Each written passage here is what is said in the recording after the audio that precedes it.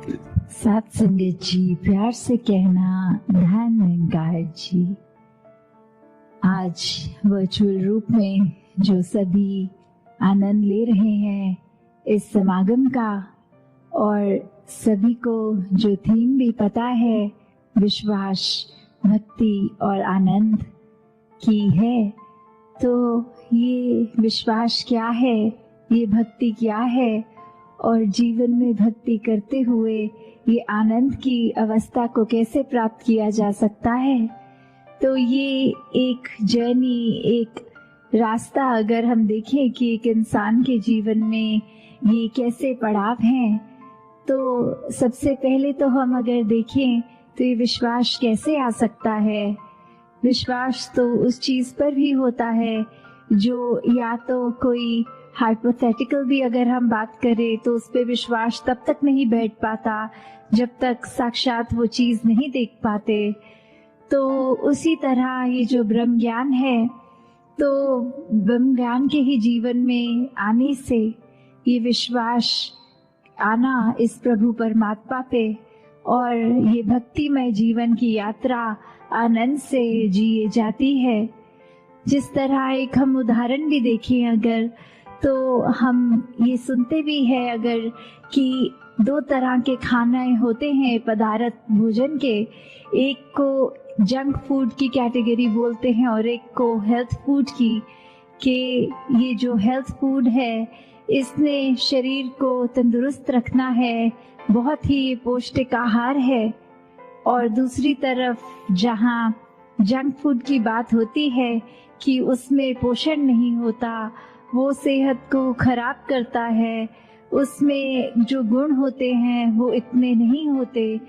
तो किस तरह फिर हमारे को जब ये पता लग जाता है, एक बार वो खाकर खानों में जो अपने शरीर में फर्क हम देखते हैं, तो किस तरह ये विश्वास बैठ जाता है कि हाँ ये हेल्थ फूड अच्छा है। फिर किस तरह हम बार बार वो इच्छा रखते हैं कि प्रतिदिन इस तरह से शरीर में वो पौष्टिक आहार ही जाए ताकि ताकत बनी रहे, स्वास्थ्य हमारा ठीक रहे। और फिर वही हम अपनी डाइट प्लान को भी उस तरह फॉलो करते हैं। तो ये विश्वास जब आ गया कि इस प्रकार का भोजन अच्छा है, फिर उस भोजन की भक्ति हो गई। उसको बार बार हम हर समय कोशिश यही कि उसके साथ हम जुड़े रहें उस भोजन के, और फिर ये जो बेनिफिट दिखता है शरीर पे, वो एक भक्ति करते हुए वो एक चाहे ग्रहण कर रहे हैं उस तरह का ही खाना, फिर ये कैसे आनंद की अवस्था वो हमें दिख रहा है रिजल्ट अपने शरीर पे। तो उस तरह ही देखिए अगर हम, तो ये विश्वास है, और विश्वास के साथ भक्ति के साथ ही आनंद की अवस्था इस जीवन में हम परमात्मा को प्राप्त करके कर सकते हैं। और अगर हम विश्वास शब्द को देखें तो इसमें अगर दो नजरिए के साथ देख सकते हैं कि ये विश्वास हो गया कि पूरा भरोसा, और अगर इसको स्प्लिट करके अलग तरीके से देखें तो विष का वास, मतलब जहर, विष। तो वो हम अगर उस तरह देखें तो एक विश्वास और एक अंधविश्वास, तो कैसे हम अपने जीवन में एक उस तरह तो चले जहाँ विश्वास तो है, पर जब अंधविश्वास की बात आती है वहीं भ्रम होते हैं, वहीं डर होता है, वहीं इल्यूजन्स आ जाती हैं जीवन में। तो कैसे हमने वो एक अंधविश्वास नहीं पर विश्वास पे टिकना है, विश्वास को मजबूत करना है, क्योंकि जब मन में ये जहर आ गया तो फिर तो कुछ होते हुए भी वो ना होने के बराबर है। फिर मन के अहंकार प्रबल होते जाएंगे, मन में और बुरे ख्याल होते जाएंगे। जैसे अक्सर हम ये भी देखते हैं कि बात तो शुरू होती है विश्वास पे और खत्म हो जाती है अहंकार पे। कि उदाहरण के तौर पे अगर हम कभी स्कूल के दिनों की ही ऐसे बच्चों में अक्सर नोटिस करते हैं कि अगर एक किसी का पेंसिल खो गया होता है तो वो अपने पार्टनर की पेंसिल ही ले लेता है और बोलता है कि ये मेरी ही है,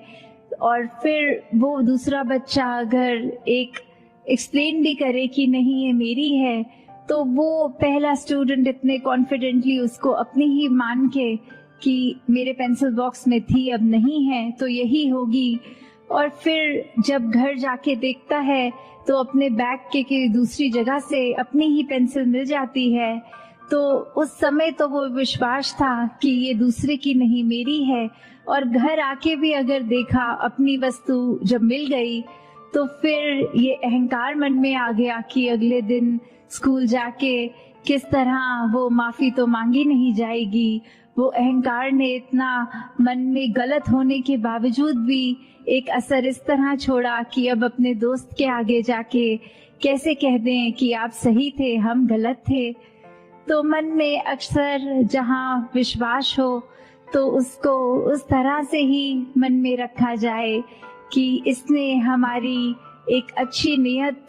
का एहसास करते हुए एक इंटेंशन जो साफ, एक प्योर हार्ट, उसके साथ परमात्मा पे जहाँ ये यकीन करना है, ये फेथ होना है, विश्वास होना है, वहीं ये पूरे ब्रह्मांड की हर चीज ये विश्वास पे ही टिकी है। और विश्वास ऐसा नहीं हो कि असल में तो कुछ और है, पर हम मन में कोई कल्पना दूसरी कर लें, ये आंख बंद करके असलियत से आंख चुरा कर कुछ और कर लें, तो फिर वो बात कि किस तरह अक्सर अगर हम ये अंधविश्वासों के ऊपर भी जाएं, उनको एनालाइज करें, तो सुपरस्टिशंस का ओरिजिन किस पर्पस से होता है और आज इंसान उसको किस तरफ ले गया, कि ये शुरुआत में बहुत ही लॉजिकल चीजें उनके कारण भी दिए गए कि इस वजह से ये चीज करनी है, और इंसान कारणों को भूलकर सिर्फ एक उसको नियम की तरह बनाकर ही चल रहा है बिना कारण जाने। और ऐसे ही हमारे जीवन में भी फिर बहुत वो बढ़ाव आते हैं जहाँ किसी चीज का करने का उद्देश्य पता नहीं, उसको करने चलते हैं, मन में विश्वास भी रखते हैं, और कब वो विश्वास फिर एक नेगेटिव तरह से हमारे ऊपर ही हावी हो जाता है। तो विश्वास जब आए इस परमात्मा पे तो भक्ति है। तो ये भक्ति भी अब क्या है, भक्ति कुछ ऐसी नहीं करनी कि पूरे ही आसपास के वातावरण, व्यक्ति या किसी और चीज से अपने आप को काट लेना है, कहीं अपने आप को कमरे में बंद करके अपने नेचर को सही करना है, अपनी लगन को पक्का करना है। ऐसी भक्ति अगर करेंगे तो वो तो कुछ समय तक ही हो पाएगी, पर भक्ति तो वो होनी चाहिए जो हर श्वास में होती है, और हर श्वास में भक्ति अगर है तो हमें अपनी लाइफ की एक्चुअल सिचुएशन से भागना नहीं है, वो तो जिस प्रकार की हैं उसमें रहते हुए भक्ति करनी है। और जब ये करना आ जाता है तो आनंद भी इस जीवन में साथ ही उतर जाता है।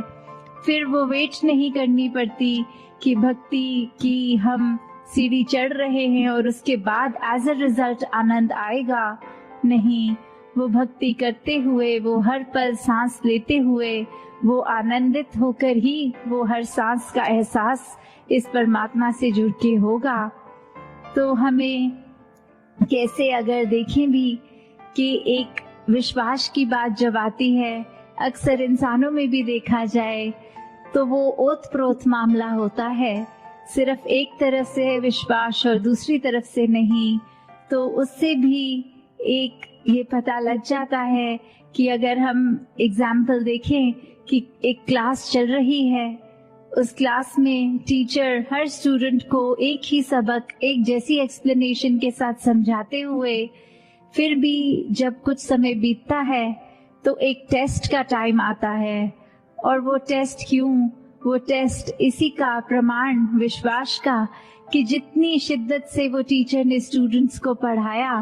क्या उसी तरह वो स्टूडेंट्स भी परीक्षा में पास हो रहे हैं? वो टीचर के ऊपर जो टीचर ने स्टूडेंट्स पे विश्वास किया, वही सबक को एक सच्चाई मान के क्या स्टूडेंट्स भी वो रेसिप्रोकेट कर रहे हैं?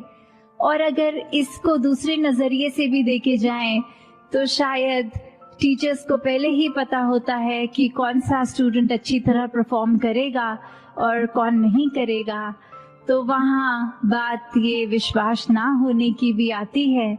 कि अगर विश्वास पता है एक किसी बालक पे नहीं है तो वो क्यों नहीं है, क्योंकि टीचर को हमेशा पता है वो क्लास में अटेंटिव नहीं है, वो अपनी असाइनमेंट्स ठीक समय पे सबमिट नहीं कर रहे, वो रुचि एक पढ़ाई की तरफ है ही नहीं। तो उससे एक एंटिसिपेशन एक टीचर की भी बन जाती है कि चाहे अपनी तरफ से तो एक जैसा एक समान ही हर एक को सबक दिया, पर कैसे हर एक ने उसको परसीव अपनी अपनी सहूलत से, अपनी अपनी इंटेंशन से, अपने एक क्षमता के अनुसार करा है। तो उसी प्रकार अगर हम ये देखें कि ये परमात्मा तो हमें इतना हर पल दयाल होके सब कुछ देता जा रहा है, हर पल में इतनी रहमतें हैं, तो हम उसको किस तरह वो रहमतों को अपने अंदर सोख कर रहे हैं, अपने अंदर वो बसने दे रहे हैं। दासी ने एक जगह कहीं पढ़ा कि एक कोट की तरह लिखा हुआ था कि एक भक्त की अरदास होती है शुक्राना और तुम्हारी शिकायत, कि अगर हम एक भक्त को देखें कि किस तरह भक्त ने तो हर श्वास में अगर अरदास भी करनी है परमात्मा से तो इस तरह ही करनी है कि जो है बहुत अच्छा है, बहुत अच्छा किया है। और उस यही पैरामीटर होता है कि पहचानने का, चाहे देखने में सब इंसान हैं पर अंदर भक्त कौन है। भक्त वही जो कभी परमात्मा को कोसता नहीं, भक्त वही जो कभी ये नहीं मानता कि परमात्मा ने कुछ भी अधूरा दिया है। भक्त हमेशा संतुष्ट होता है। भक्त ने तो हमेशा एक अपने आप को इस परमात्मा में उस तरह फ्लोट करते हुए एहसास करना है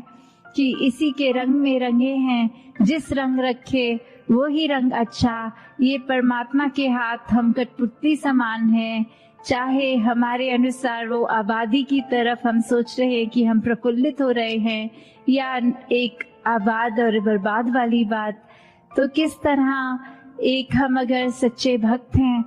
तो फिर मन में ऐसा होगा ही नहीं कि कहीं परमात्मा को हम उस नजरिए से देखें कि कुछ एक जिस पे विश्वास टूटने वाली बात आए, क्योंकि ये विश्वास भी अगर टूट रहा है तो उसका कारण हम ही हैं। अक्सर हम ऐसे भी कर लेते हैं कि सोच लेते हैं कि क्यों ना परमात्मा का ही टेस्ट लिया जाए और अपनी सिचुएशन के अकॉर्डिंगली मन में ही धारणा बना लेते हैं कि यदि हम ये करेंगे और एज अ रिजल्ट ये होगा तो परमात्मा है, तो परमात्मा सच्चा है। जहाँ हम आस्था रखते हैं वो एक सच्चा दर है। पर अगर ऐसा नहीं तो उसी समय वो एक नास्तिक की अवस्था को अपना लेते हैं। तो कैसे एक हर बार हम जब ये सोचेंगे कि परमात्मा का हमने टेस्ट लेना है और परमात्मा ने हमारे अनुसार वो रिजल्ट्स देने हैं, तो हम खुद ही देख लें कि हम भक्ति से तो कोसों दूर हैं ही, पर साथ में किस तरह हम अपने ऊपर भी वो विश्वास अभी नहीं कर पा रहे। हम एक ब्रॉडर पर्सपेक्टिव देख ही नहीं पा रहे। हम अपने छोटे वो तंग दिल्ली में ही फंसे हुए हैं। तो आनंद की अवस्था से तो हम अभी बहुत ही दूर हैं। मन में हमारे कुछ भी हो, अगर हम एक उसकी बात करते हैं कि कोई खाली जगह जब हम देखें और एक भरपूर जगह के जीवन में हमारे अंदर कितनी अच्छाइयाँ या एक सामने वाले की कितनी ही ज्यादा अच्छाइयाँ दिख रही हैं, पर अपने जीवन में एक चीज की इच्छा जो हम रख रहे हैं और वो ही चीज अगर नहीं है तो हमारा नजरिया उस पे नहीं जाता कि क्या क्या है हमारे पास, पर उस पे जाता है कि क्या नहीं है। और फिर हम उसको एक माइक्रोस्कोप लेंस जो बोलते हैं कि इतने बारीकी से देखने लग जाते हैं कि जो कुछ है उसको नजरअंदाज कर देते हैं, जो नहीं है फिर नजदीक से तो हर चीज में कमी दिखी जाती है। फिर एक पूर्णता तो हमें दिखेगी नहीं, हमें अपने जीवन में लगेगा ही नहीं कि एक ये चीज ना होने की वजह से पूरा जीवन ही खराब लगता है। तो जहाँ अपनी हर वस्तु को जो दातार ने ये एक रहमत की तरह झोली में डाली है, अगर कुछ नहीं है तो उस पे ध्यान ना दें, क्योंकि अगर ध्यान देना ही है, एक बारीकी से कुछ टटोलना ही है, तो वो अपने अंदर अपने मन को बारीकी से देखा जाए कि किस तरह मन का तो इस दातार ने नेचर ऐसा बनाया था कि हम अपने अंदर झांके। मन इसलिए कि जो फील कर रहे हैं खुद अपने आप को कैसे ठीक करें, एक अपने मन से जो एहसास कर रहे हैं वो हमें अंदर से कितना मजबूत, कितना स्ट्रॉन्ग और कितना मुश्किल घड़ियों में भी किस तरह उसको हम पॉजिटिव रख सकें। पर मन ने कहीं ये माया के चक्कर में अपना नेचर ऐसा बना लिया है कि उसको बाहर की ओर देखने लग गए हैं हम औरों की तरफ, हम कमियों की तरफ। तो जहाँ मन का काम अंतर का एक अपना हमें दृष्टिकोण, एक नजरिया, हमारे अंदर क्या चल रहा है वो इंट्रोस्पेक्शन, उसके लिए काम आना था,